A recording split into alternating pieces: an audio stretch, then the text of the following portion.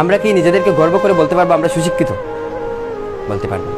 আমি আমার জীবনের মায়ের একটি ঘটনা বলি। আমার জীবনে আমি যখন এইচএস সেকেন্ড ইয়ারের এক্সাম দেবো, তৃতীয় পরীক্ষা 3 নম্বর এক্সামে যাব, আমি প্রচণ্ড জ্বর 2 দিন থেকে ভুগছি। ঠান্ডার দিন, বিকাল পরীক্ষায় যাব, খবর নেই, আমি কম্বল মুড়ি দিয়ে দিব্যি ঘুমোচ্ছি। আমার বন্ধু একজন বলতে পারবে, সে আমাকে বাইক চালিয়ে নিয়েছে। কিন্তু বিকাল পরীক্ষা 1 ঘন্টা আগে মা আমাকে ঘুম থেকে তুলে দিলেন। মা তুলে দিয়ে বললেন পরীক্ষায় যাবে না। বললাম পরীক্ষায় গিয়ে কী করবো?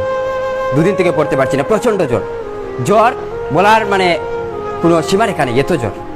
এরপরও প্রায় 15 কিলোমিটার বা বেশি হবে আমার এক্সাম সেন্টার, বাইক নিয়ে বেরিয়ে পড়ি। গাড়ি নেই, গাড়ির সুব্যবস্থা নেই। আমার বন্ধু 1 কিলোমিটার আমি বাইক চালিয়ে যাই, তারপর আমার বন্ধু বাইক চালায়, দুজনই পরীক্ষা যাচ্ছিলাম। সেদিন আমার একটা বৈশিষ্ট্য ছিল, আমি কারো পেপারের দিকে তাকাতাম না, কারো মুখের দিকে তাকাতাম। আমি সেদিন 80 মার্কসের আনসার করি এবং আমার মা বলেন যাও পরীক্ষা দিয়ে আসো, যা হবার হবে আল্লাহ করবেন। এবং আমি 80 মার্কের আনসার করে আসি এবং আমি সেই পেপারেই ফলাফলের পরে দেখেছিলাম 76 পেজ, 4টি মার্ক মাত্র কাটা গিয়েছে।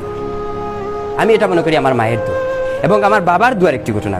আমি যখন 5ম শ্রেণীতে পড়ি তখন আমি মর্মান্তিক জন্ডিস রোগে আক্রান্ত হয়ে পড়ি। আমি বাঁচব না।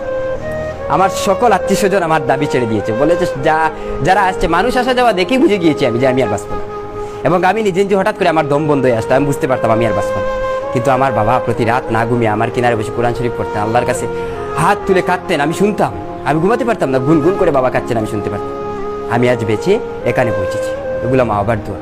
সুতরাং মা বাবাকে অবহেলা করলে চলবে না। মা বাবা তোমার জান্নাত, মা বাবা তোমার সব কিছু। শিক্ষিত হয়ে মা বাবাকে কেন এত অবহেলিত আমরা মা বাবারা? শিক্ষিত সমাজের মা বাবারা কেন অবহেলিত? তুমি এত বড় হয়ে গেছো, কি করে বড় হলো? আমি দেখেছি, আমার দুঃখ হয় শিক্ষিতরা সিনিয়র সিটিজেনদের সাথে যেভাবে ব্যবহার করে। আমি একদিন ইউনাইটেড ব্যাংকে গেলাম, হাইলাকান্দি ইউনাইটেড ব্যাংকে।